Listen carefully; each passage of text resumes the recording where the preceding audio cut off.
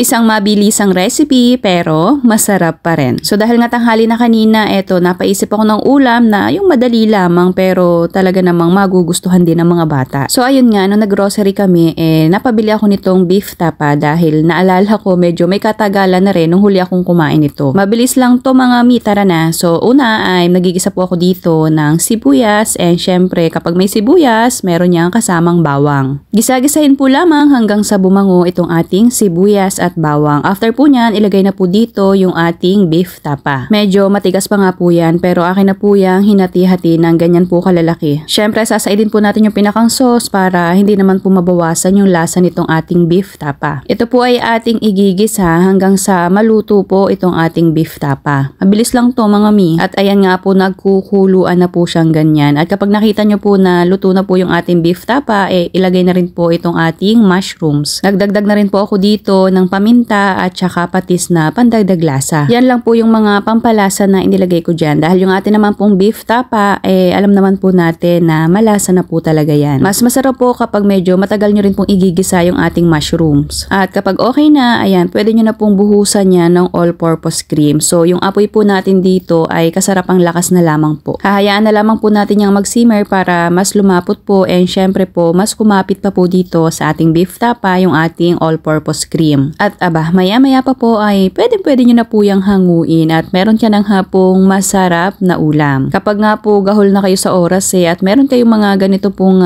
pagkain or frozen food po sa bahay, pwede nyo pong gawin yung ganitong recipe. Bukod sa mas dadami po, mas lalo po yang sasarap. At kung umabot ka nga po hanggang dito sa part ng ating video, ay pakipusuan nyo naman po itong ating recipe. And syempre, mag-follow na rin po kayo dito sa ating munting kusina. Salamat po. So ayan na, at atin na nga pong tinikman. Naku mga mi, ang sarap, super creamy, and alam nyo naman po na yung beef tapa talaga naman pong masarap. Ano pa kaya kung gagawin nating creamy, diba? So sana nagustuhan nyo po yung ating recipe ngayong araw. Thank you for watching. Serve and enjoy!